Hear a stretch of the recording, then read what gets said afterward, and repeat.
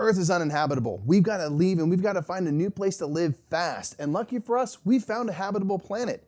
But can we set up our base and our life support before time runs out? This is Exoworld Survival, which was designed by Juan Pablo Vargas Segwell and published by Tabletop Tycoon, who sponsors this video.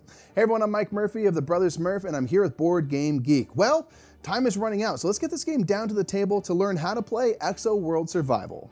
Exoworld Survival is a cooperative game where players play as one of the many teams Earth sent out to try to find a new home. You've landed and set up your home base, but now you've got to get everything else online. This is a race against time as our supplies are running out and we'll have to deal with the numerous bad events that befall us. But before we get to that, let's go over the setup.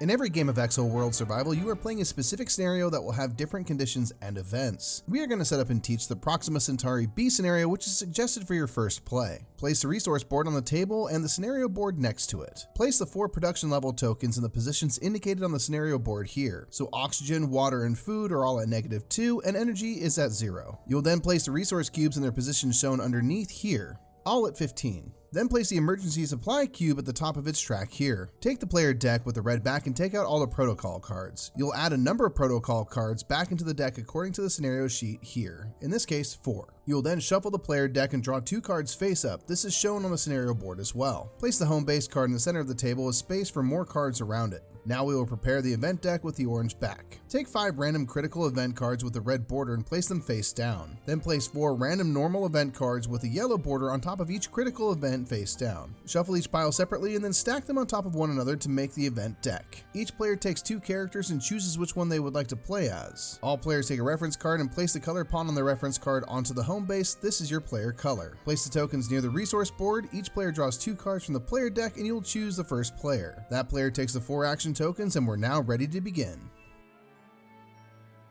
The goal of Exoworld Survival is to have a habitable planet and base. You do this by having all 4 production level tokens at 0 or above on the resource board. If this happens, you immediately win. Players will take turns in clockwise order. Each turn consists of 3 steps: actions, events, and then update resources. There's a reminder of this on the home base card. Once these 3 steps are done, play will move on to the next player. The first thing you do on your turn is take 4 actions, and you may do the same action multiple times. You can use these action tokens to remind you of how many actions you've taken. All the actions you may take are listed on your reference card. The first action you may take is to draw a player card. When you do this action, you may take one of the face-up cards next to the deck or draw directly off the top of the deck. Note that each player has a hand limit shown on their character here, and at the end of a player's turn, if you exceed this limit, you must discard down to your hand limit. The next action you may take is to transfer a card. You may either give or take a card from a player who is on the same card, which are called modules. Note that you must both agree to this transfer. You are both on the same team after all. The next action available is to deploy a module action.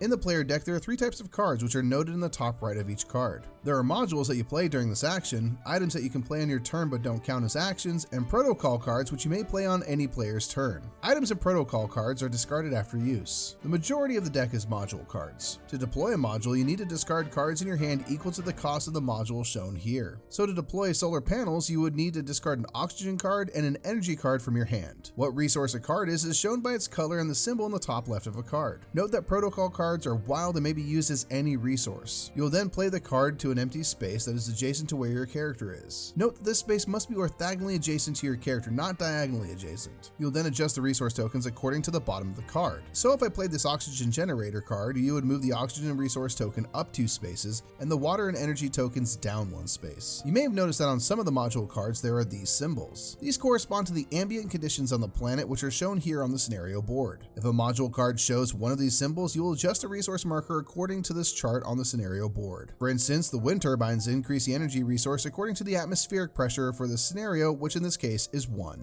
The next action you may take is to move. You'll move your character pawn up to the number of spaces shown on your character card. Note that movement may only be done orthogonally and not diagonally. The next action is to produce supplies. You may move the supply marker matching the module you are on up by 1, in this case, water. The next thing you may do is to shut down modules by placing a shutdown marker on them. This shuts them off and you will readjust the production markers as if the card wasn't deployed. Certain events will cause modules to leak and you may use the repair action to remove a leak token, an emergency repair token, or a shutdown token.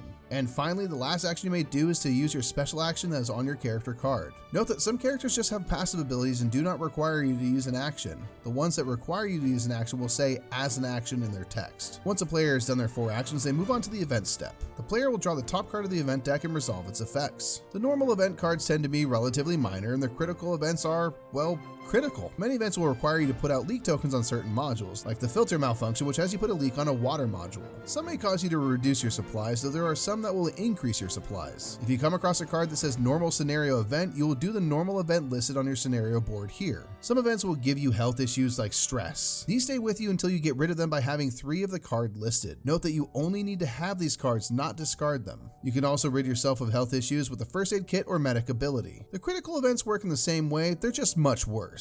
If you come across a critical scenario event card, you will resolve the critical event on the scenario board here. Note that if you ever need to draw an event card but there are none left, you will reduce the emergency supply by 2. Once you have resolved the event card drawn, you will update resources. In this step, the supply of each resource will increase, decrease, or stay the same. To do this, you will look at its matching production token and adjust it accordingly. So in this case, oxygen stays the same, water and food are decreased by 2, and energy is increased by 1. For every leak token on the base, you will decrease the corresponding supply by 1.